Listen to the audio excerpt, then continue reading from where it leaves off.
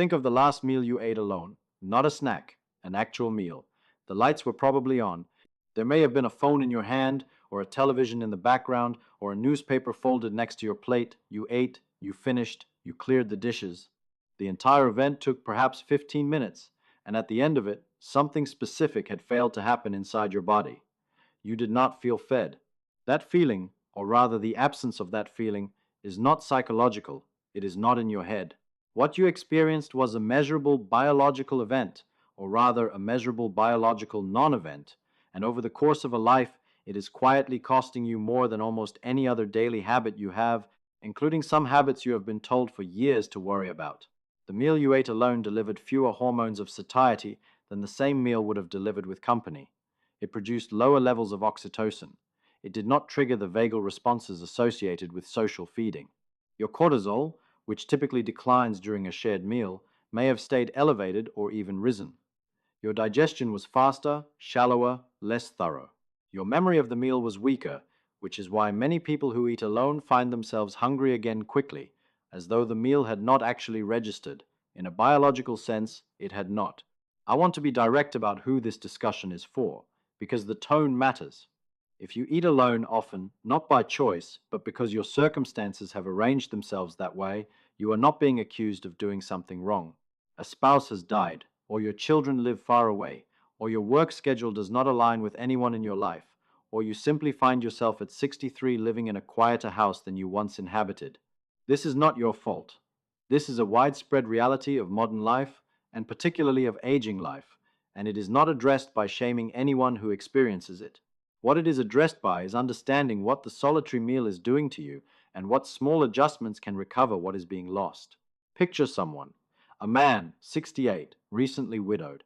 He sits at the same kitchen table where he shared 3 meals a day for 40 years. The chair across from him is empty. He has made himself a sandwich because preparing a real meal for one feels absurd. The television is playing, not because he wants to watch it, but because the silence is too much. He eats quickly. He does not taste much of what he eats. Within an hour he is hungry again, and he will snack through the afternoon on foods he would not have chosen when his wife was alive. He will do this every day for the next decade. His weight will shift in ways he does not understand. His cholesterol will drift. His sleep will erode. His cognitive function will quietly decline faster than it should. He will not connect any of this to the specific fact of the empty chair, because no one in medicine will tell him that the empty chair is a risk factor as real as any of the ones printed in the brochures at his doctor's office. The empty chair is the most expensive piece of furniture in his house, and neither he nor his doctor has noticed. Let me take you into the biology, because understanding what happens at a shared meal is how the cost of its absence becomes visible. When you eat with another person whose presence is welcome, several systems activate that do not activate during solo eating. Your parasympathetic nervous system, the branch associated with rest and digestion, receives stronger input. This is measurable. Heart rate variability, a key indicator of parasympathetic tone, increases more robustly during shared meals than during solitary ones. Digestion itself speeds up in certain phases, slows down in others, and becomes more efficient overall. Nutrient absorption improves. The pancreas releases digestive enzymes in a more coordinated rhythm. Oxytocin, often called the bonding hormone, rises during shared eating. Beauchamp and colleagues documented this across multiple studies. Oxytocin is not just about feelings of closeness. It modulates appetite regulation. It dampens stress responses. It is associated with reduced cardiovascular inflammation. A shared meal is, in a quiet chemical sense, a small dose of an anti-inflammatory agent your body makes for free when the conditions are right. Solitary eating does not produce it in the same way. The hormone is available to you for free, but the delivery mechanism requires another person present. There is a third system worth understanding. Mirror neurons in your brain, which activate when you observe another person performing an action, fire while you watch someone else eat. This activation contributes to your own satiety signals. Your brain receives information not just from your own stomach, but from the visual cues of someone else sharing the experience. Research suggests this social feedback loop is part of why shared meals feel more satisfying even when the caloric content is identical. The satisfaction is not illusion, it is distributed processing. Your brain is using the other person's eating pattern as a calibration signal for your own. When you eat alone, all of this is missing. The parasympathetic activation is weaker, the oxytocin release is smaller, the mirror neuron contribution to satiety is absent. The meal is biologically incomplete, and your body registers the incompleteness even when your conscious mind does not. There is one more mechanism worth naming because it operates specifically during conversation at the table and because it remains among the most underappreciated components of shared eating. When you converse during a meal, the rhythm of your breathing shifts. You pause to speak, you pause to listen. You chew between sentences rather than during them. The pace of eating slows considerably, often by 30 to 50% compared to solo eating. Slower eating allows the 20-minute satiety signal, the one your stomach needs time to send to your brain, to arrive before you have overeaten. Many people who struggle with portion control in solo meals do not struggle with it in social meals because the conversation itself slows the fork. The satiety system works. It just needs the pace that company provides. Consider this in light of a simple historical observation. For most of human history, meals were not fast. A common evening meal in a farming household in 1850 might have taken an hour or more, filled with conversation, reports of the day, occasional silence, small arguments, small affections.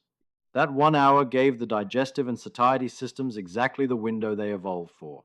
The modern 15-minute solo meal compresses that hour into a fraction of itself, and the biology does not compress with it.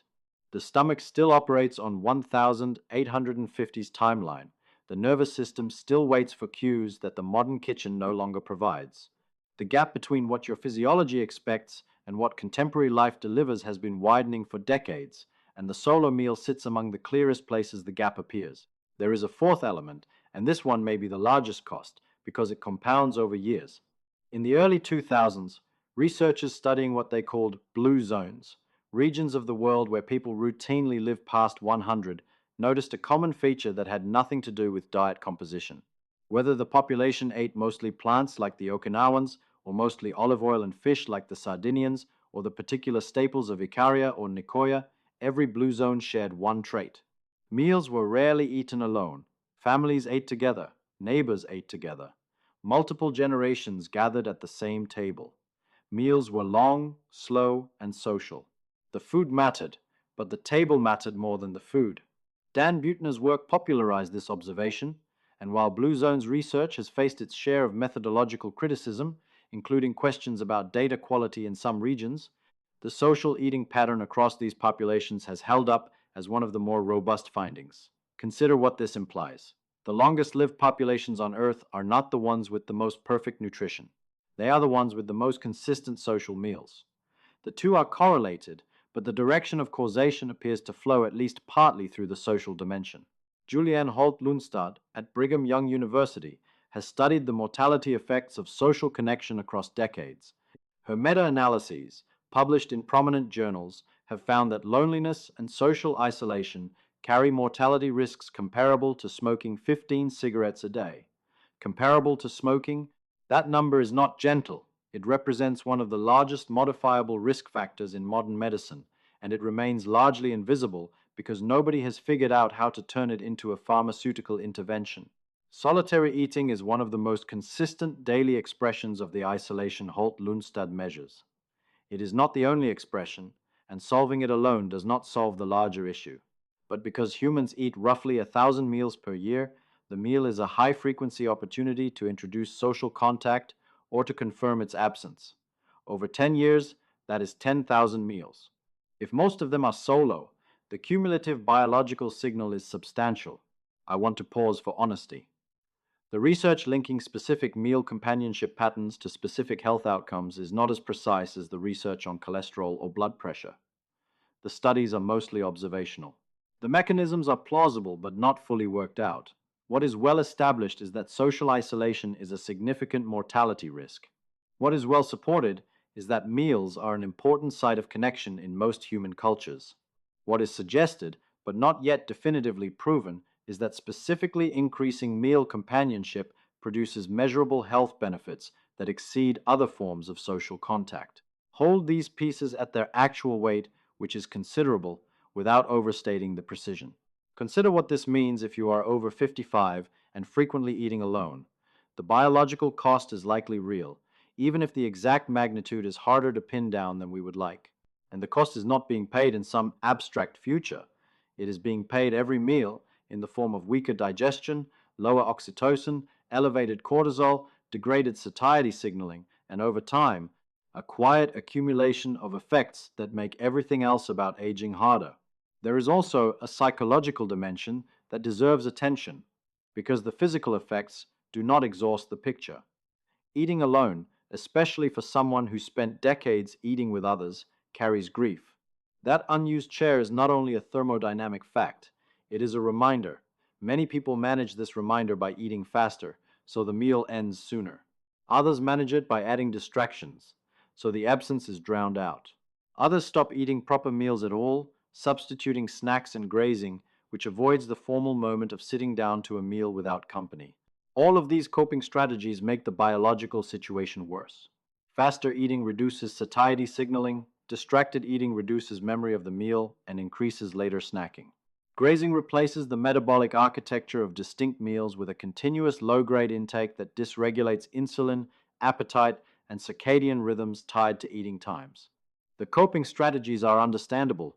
They are human responses to an emotionally difficult situation, but they compound the cost rather than reducing it. So, what can you actually do? Because understanding without action is an essay, and this is meant to be more than an essay. First, if possible, add companionship to one meal per week that is currently solo, not all of them. 1. A neighbor invited for Sunday lunch. A phone call with a family member timed to overlap with your dinner, each of you eating while you talk. A weekly meal at a community center, a church gathering, a senior group, or even a restaurant where the staff begin to know you. The specific mechanism is less important than the fact that another human is present, physically, or through a video connection that allows you to see each other eating. Recent research suggests that even video-based shared meals produce partial versions of the biological benefits of in-person meals. The oxytocin release is smaller, the mirror neuron activation is weaker, but some of the parasympathetic effects remain, and the psychological benefit of the experience appears to be meaningful. If you have children or grandchildren who live far away, a weekly video meal should not be treated as a consolation prize. It is a real intervention. Second, if no companionship is available for a given meal, change the architecture of the solo meal itself. Sit at a table, not in front of the television. Use actual plates and cutlery. Eat slowly. Chew more than feels necessary. The parasympathetic system responds to the ritual of eating itself, and some of what a companion provides can be partially recovered through a more deliberate solo ritual. This is not a full substitute for presence. It is a harm reduction. Third, consider music. Certain kinds of music, particularly slow instrumental pieces, have been shown in small studies to produce modest parasympathetic activation during solo eating. Music cannot replace a person, but in the absence of a person, music seems to do better than television noise or silence for many solo eaters. This is modest, but modest effects accumulated across thousands of meals are not trivial. Fourth, and this is the most difficult one, notice the grief, if grief is present. Do not drown it with television. Do not rush through the meal to shorten the exposure. Let yourself feel what surfaces. Many widowed or separated people find that the meal itself becomes more tolerable once the grief is allowed its place at the table, rather than being fought at every bite. The meal does not erase the loss, but the loss is less exhausting when it is acknowledged than when it is continuously suppressed. If you do these things for 30 days, some changes are likely to appear. Digestion may feel calmer. You may notice feeling fuller on less food because the satiety signaling is working more completely. Your afternoon snacking may decline. Your sleep may improve because evening meals that were rushed and shallow become slower and more complete, which affects everything that happens overnight. None of this will be dramatic. All of it will be real. Over a longer timeline, months to years, the cumulative effect of even one shared meal per week, combined with more deliberate solo meals, may show up in small markers like cholesterol, inflammatory panels, and measures of cognitive function that your physician tracks. The research does not allow me to promise specific numbers. It does allow me to say that the direction of effects is consistent, the mechanisms are plausible, and the cost of doing nothing is real. There is one more observation, and it is the hardest one to express without sounding sentimental, so I will simply state it. The meal is one of the oldest rituals humans share. Before language, before farming, Before any of the institutions we think of as civilization, there was the shared meal. The nervous system you carry was shaped by 1 million years of meals eaten in groups, around fires, with people who knew you. Your body still expects this. When it is absent, the body registers the absence, not because you are weak or because something is wrong with you, but because the design of your physiology presumes a world that modern life has partially taken away. You cannot bring back what is gone. You cannot restore the specific company that is no longer possible, but you can, at least sometimes, rebuild a version of the circumstance your body was built for. A weekly meal with someone, a video call during dinner, a slower, more attentive solo meal when nothing else is available. These are not small gestures. They are corrections applied to a system that has been running a deficit for longer than you realized. The empty chair across from you is not a neutral fact. It is a daily cost that nobody on your current care team is counting. You can count it, you can, some of the time, fill it. And when you cannot, you can at least treat the meal with the dignity your body recognizes, even when the company it would prefer is not available. Tomorrow's dinner is coming. Somebody could be invited. The phone is reachable. The plates are in the cupboard.